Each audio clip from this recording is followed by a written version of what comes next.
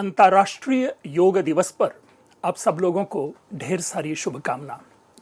मित्रों, सीईसी गुरुकुल के द्वारा आज के इस विशिष्ट व्याख्यान में मैं आप सब लोगों का स्वागत करता हूं। मैं doctor Pankaj Kumar Mishra, associate professor Saint Stephen's college, आज एक नया विषय योग को आधार बना करके योग दिवस को मनाने के लिए उपस्थित हूं। आज का अपना विषय है योग का सामाजिक प्रभाव। मित्रों, जैसा आज आप जानते हैं कि योग न केवल एक व्यक्ति का परिचय है, बल्कि व्यक्ति का व्यक्तित्व भी इसी योग से निकलकर आता है। योग के विभिन्न उपादानों को, योग के आसनों को, योग के प्रचार को, इन सारी चीजों को बखूबी हम लोगों ने जाना। हम उनको अपने अभ्यास में ला रहे हैं, अपने जीवन में उतार रहे हैं।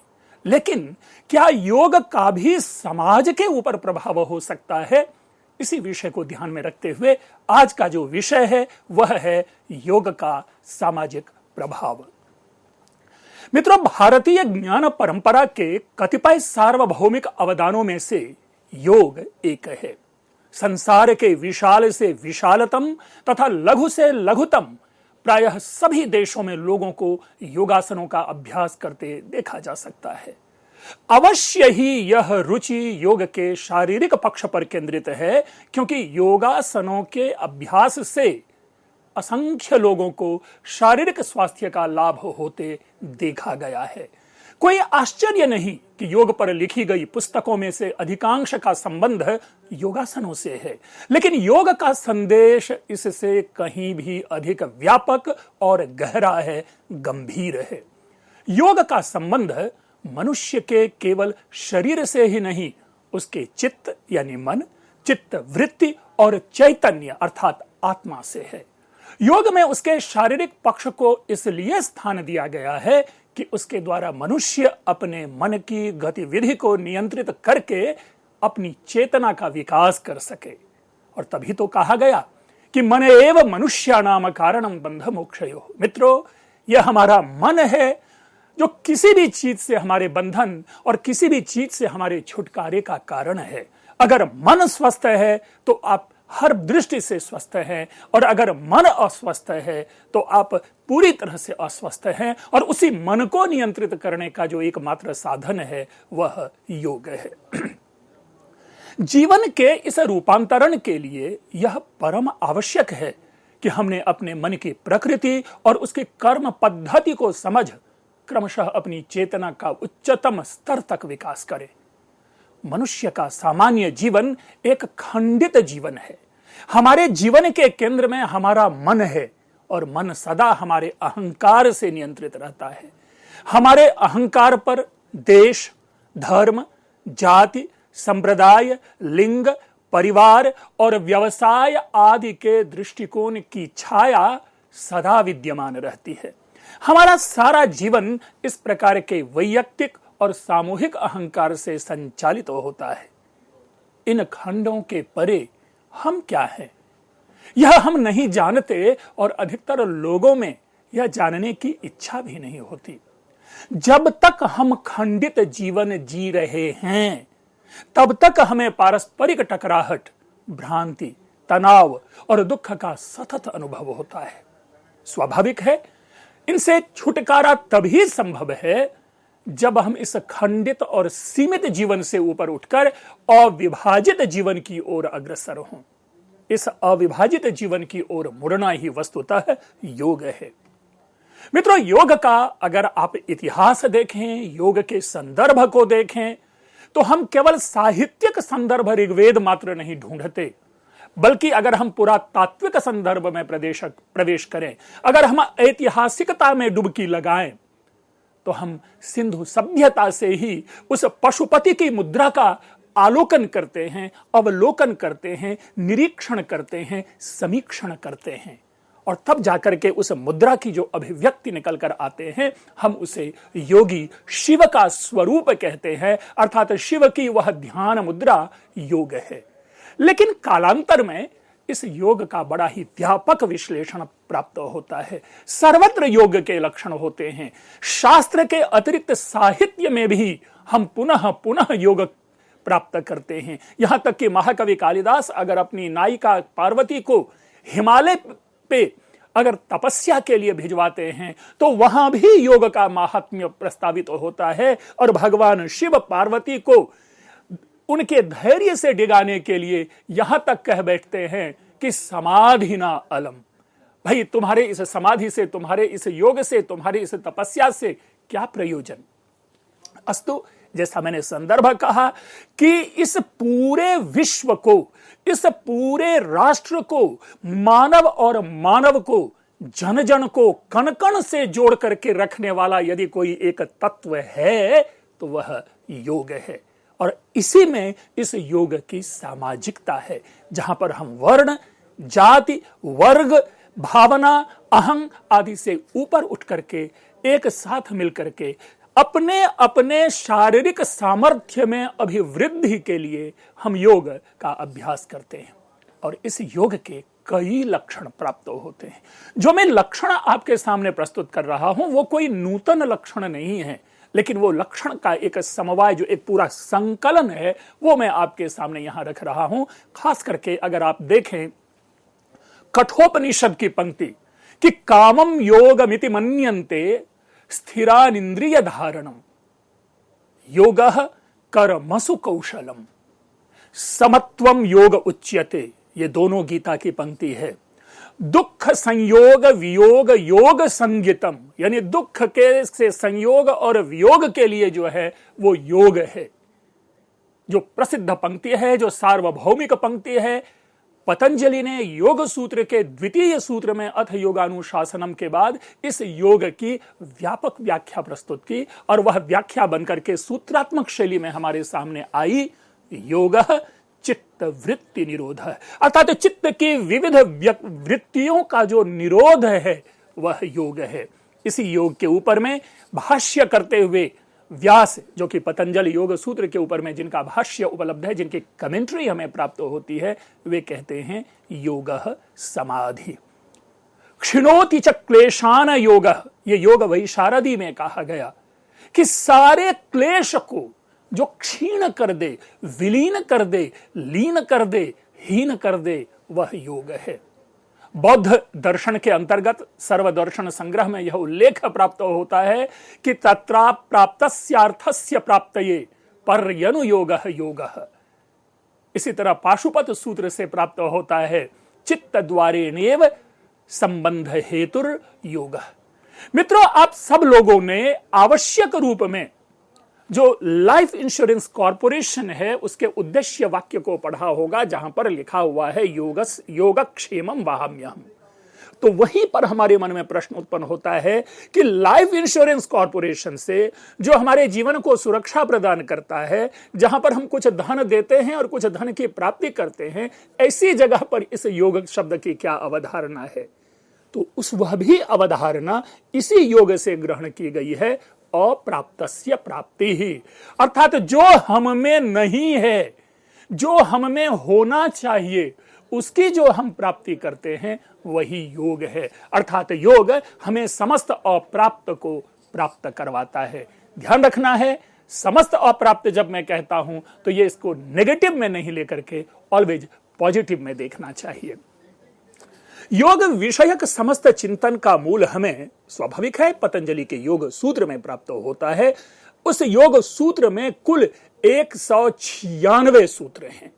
पतंजलि प्रवर्तित समस्त योगों के सार को, समस्त योग के सार को उनके प्रारंभिक 4 सूत्रों से समाहित समझा जा सकता है। बल्कि अगर आप पूरे योग की समग्र व्यवस्था को अगर देखना चाहें तो पातंजल योग सूत्र के जो प्रथम 4 सूत्र हैं वह पर्याप्त है। जिस प्रकार हम अद्वैत वेदांत में चतुसूत्री की अवधारणा के लिए हम 4 सूत्र की अवधारणा प्रस्तुत करते हैं, उसी प्रकार यहां पर योग सूत्र के भी प्रतिपादन के लिए अगर हम इसे चतुसूत्री कहें तो वह अन्यथा नहीं होगा। तदनुसार अथ योगानुशासनम योगश्चित्त वृत्ति निरोधः, जिसकी चर्चा भी पहले की, तदा द्रष्टुः स्वरूप अवस्थानम, अर्थात उस अवस्था में दृष्टा अपने स्वरूप में अवस्थित रहता है। और चौथा वृत्ति सारूप्यमितरत्र, अर्थात विक्षेप अवस्था में वृत्तियों के साथ पुरुष का सारूप्य प्रतीत होता है। इन 4 सूत्रों में पतंजलि के योग का अभिज्ञान, योग का लक्षण, उसका लक्ष्य, उस लक्ष्य की प्राप्ति, प्राप्ति के बाद मनुष्य की अवस्था, उसके अस्तित्व की वर्तमान दशा एवं उसके परम लक्ष्य की ओर संकेत किया गया है।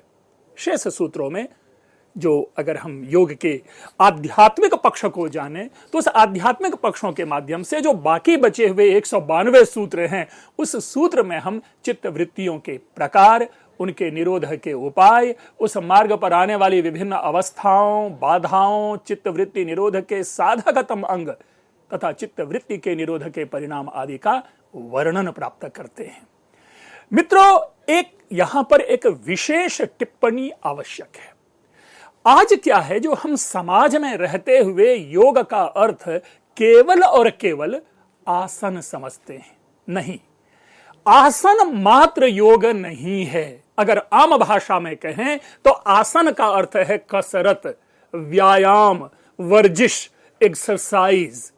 ये योग नहीं है, बल्कि उस योग, उस परम से एकाकार की होने के लिए जिस साधन का हम उपयोग करते हैं, हमने उसे भ्रांतिपूर्वक योग कह दिया। वस्तुतः वह योग के आसन है। इसीलिए मेरा ये इसमें कहना है कि योग आसन मात्र नहीं है, बल्कि योग व्यक्तित्व है। यह हमें जीने की कला सिखाता है। व्यक्ति से व्यक्तित्व के प्रति कैसा व्यवहार किया जाना चाहिए, इसका बोध देता है, इसका ज्ञान देता है। और इन आसनों के निरंतर करते रहने से, जैसा मैंने प्रारंभ में ही कहा, कि हमें एक सत्व गुण उदित होता है, हमें एक लघुता आती है और सदैव हम जीवन के जो धनात्मक पक्ष हैं, जो कुछ पॉजिटिव एस्पेक्ट्स होते हैं, हम उसको ग्रहण करते हैं। तो इसीलिए यह योग हमें व्यक्तित्व देता है। हम कैसे बोले, हम कैसे व्यवहार करें, हमारे स्वर की ऊंचाई, नीचाई, दीर्घता, आयाम आदि सबकी व्यवस्था यह करता है। और ऐसे अंग, जो अंग तदनुरूप व्यवहार में नहीं आता, उनको भी संचालित करने का सामर्थ्य इस योग के पास होता है। तो योग मनुष्य के, मानव के अपीयरेंस के लिए, मानव को किसी के सामने प्रेजेंट करने की एक, कह सकते हैं, संजीवनी है। आप अगर देखें तो प्राय सभी देशों में लोग योगासनों का अभ्यास करते हैं, जिनकी चर्चा हम लोगों ने की। इसी प्रकार आगे अगर हम देखें तो इस योग से हम अपने मन की प्रकृति, उसकी कार्य पद्धति को समझ क्रमशः अपनी चेतना का उच्चतम स्तर तक विकास करते हैं। मन सदा हमारे अहंकार से नियंत्रित रहता है, जैसा हमने प्रारंभ में ही कहा। अब अहंकार का यहां पे तात्पर्य, या मन किस प्रकार अहंकार से नियंत्रित होता है, यह स्व के अतिरिक्त कुछ देखने का प्रयास ही नहीं करता। मित्रों, जिस तरह सितार के तार होते हैं, और कहा जाता है कि अगर सितार के तार को हम बहुत ढीला छोड़ देते तब भी हमें स्वर की प्राप्ति नहीं होती, और सितार के तार को यदि बहुत अधिक हम खींच देते हैं स्वर मिलाने के लिए, तो वह तार टूट जाता है। उसी प्रकार से हमारा मन है। अगर हम अपने मन को नियंत्रित ना करें, ढीला छोड़ दें, तो वो आंखों पर पट्टी लगे घोड़े की तरह रास्ते में कहीं भी हमें गिरा दे, कहीं भी हमें भटका दे, कहीं भी हमें उठा करके पटक दे। इसी प्रकार अगर मन को बहुत ही अधिक नियंत्रित कर देते हैं, तो कार्य करने की जो स्वतंत्रता है वह हमसे छिन जाती है। इसीलिए योग ऐसे में हमारे लिए एक नियंत्रण करने का साधन बनता है। रही बात जब हम समाज की करते हैं और समाज के ऊपर इस योग के प्रभाव की बात करें, यह सत्य है कि पिछले 20-25 वर्षों में योग ने समाज में अपनी व्यापकता जिस प्रकार से दिखाई है, समाज में अपना प्रभुत्व जिस प्रकार से कायम किया है, यह इससे पूर्व नहीं था। ऐसा नहीं था कि योग नहीं था, योग था, आवश्यक रूप में था, लोग करते थे, इनका प्रयास होता था, लेकिन कहीं ना कहीं योग शास्त्र तक सीमित था। आज जब हमने इसे व्यवहार में लाया तो इसने हमें हमारी जीवनचर्या बदल दी। हमारे जो सोने और जगने की व्यवस्था है उसमें परिवर्तन ला दिया। जो योग के प्रति उन्मुख व्यक्ति हैं वो प्रतिदिन प्रातःकाल आपको ब्रह्म मुहूर्त में जग करके योग में अपने को समर्पित करते हैं। तो आप जरा ये समझिए कि 24 घंटे की पूरी व्यवस्था को इस योग ने नियंत्रित कर दिया एक व्यक्ति में। और जब एक व्यक्ति को नियंत्रित करता है और वही अगर समाज को नियंत्रित करता है तो समाज से राष्ट्र भी नियंत्रित होता है, क्योंकि योग हमारे समाज में रहने वाले मनुष्य को अनुशासित करता है। मनुष्य अनुशासित होता है, समाज अनुशासित होता है, समाज अनुशासित होता है तो राष्ट्र अनुशासित होता है, और जब राष्ट्र अनुशासित होता है तो वही राष्ट्र प्रगति के सर्वोच्च शिखर पर आरूढ़ होता है। तो इसलिए योग के उस सामाजिक प्रभाव को समझना बहुत ही आवश्यक है। यहां सामाजिक प्रभाव से तात्पर्य यह नहीं है कि जो प्राचीन हम पढ़ते चले आ रहे हैं, समाज की नारियों की स्थिति समाज में क्या है या अन्य वर्ग किस प्रकार हमारे जीवन बिताते हैं, नहीं। हम योग किसी भी धर्म से परे है, क्योंकि योग की जिस व्यवस्था का हम अनुष्ठान करते हैं उस अनुष्ठान के लिए न तो कोई वर्ण चाहिए, न कोई धर्म चाहिए, न कोई रीति चाहिए, न कोई रिवाज चाहिए, न कोई उत्सव चाहिए, न कोई पर्व चाहिए, बल्कि उस योग के अनुष्ठान के लिए हमें प्रतिदिन अपने दैनंदिन का 1 घंटा चाहिए होता है। जो हमारे जिस प्रकार हम अपने वाहन को जाते हैं प्रतिदिन उसके ओवरहूलिंग के लिए, उनमें जो कमियां आ गई उनके ठीक करने के लिए, पंक्चर होने वाले टायर को ठीक करने के लिए, या टायर में हवा कम हो जाए तो उसमें हवा भरने के लिए, और तब वो गाड़ी आपको अनुकूल गति से आपको लक्ष्य तक पहुंचाती है, उसी प्रकार इस शरीर की भी चाहिए प्रतिदिन ओवरहोलिंग चाहिए। आप देखिए कि जीवन के इस उहापोह में, इस प्रतिस्पर्धा में, इस ऐशना में, इस चाहत ने मनुष्य को कहां से कहां रख दिया। यानी स्व नहीं रह गया, पर नहीं रह गया। स्व और पर में एक पूरी तरह से एक भेद दिखाई पड़ने लगा है। लेकिन यह योग है, जब इस योग को हम अपने जीवन में उतारते हैं तो स्व और पर के बीच कोई भेद नहीं, क्योंकि वह केवल और केवल हमारे शरीर के लिए, हमारे बाह्य शरीर के लिए और हमारे अंतःकरण के लिए योग अपना वह प्रभाव छोड़ता है। इसलिए योग का समाज के ऊपर में आवश्यक रूप से प्रभाव माना जाना चाहिए। मनुष्य की बुद्धि, मनुष्य के मस्तिष्क के सारे डर्ट को, सारी गंदगी को अगर यह योग निकालता है तो आप समझिए कि कितने ही सुंदर स्वच्छ समाज का यह योग निर्माण करता है। यह यहां विवेच्य है। विवेच्य यह नहीं है कि आसन में हमारे हाथ डुलते हैं कि नहीं, हम पद्मासन में दोनों पैर के ऊपर पैर रख पाते हैं कि नहीं। हमारे लिए योग वह नहीं है, बल्कि उसी प्रक्रिया, उसी क्रिया, प्रक्रिया और प्रतिक्रिया में लीन रहते हुए हम अपने शरीर को इतना हल्का बना लेते कि हम उस लक्ष्य तक पहुंच जाते हैं, और उस समाज में, मानो ये समाज हमारे लिए सरोवर बन जाता है, और उस सरोवर में रहने वाले खिले हुए कमल की तरह हम दिखने लगते हैं। तो मित्रों, ये जो चीज है, ये योग आवश्यक रूप में अगर आज के दिन, अगर अंतर्राष्ट्रीय स्तर पर इस योग को महत्व दिया गया है तो समाज में उस योग की जो कह सकते हैं स्थापना को, समाज में योग की अनवर्थता को हम नकार नहीं सकते। योग ने इस पिछले 20-25 वर्ष में इस समाज को इतना प्रभावित किया कि वैश्विक परिदृश्य में योग की सत्ता को स्वीकार करते हुए वैश्विक नेतृत्व ने अंतर्राष्ट्रीय योग दिवस की उद्घोषणा की। तो इस प्रकार यह योग है। ये योग कभी भोग नहीं है, क्योंकि भोग सदैव आपको बाह्य विषयों की ओर खींचता है। योग जो है वह सदैव आपको उन बाह्य विषयों से खींचता है।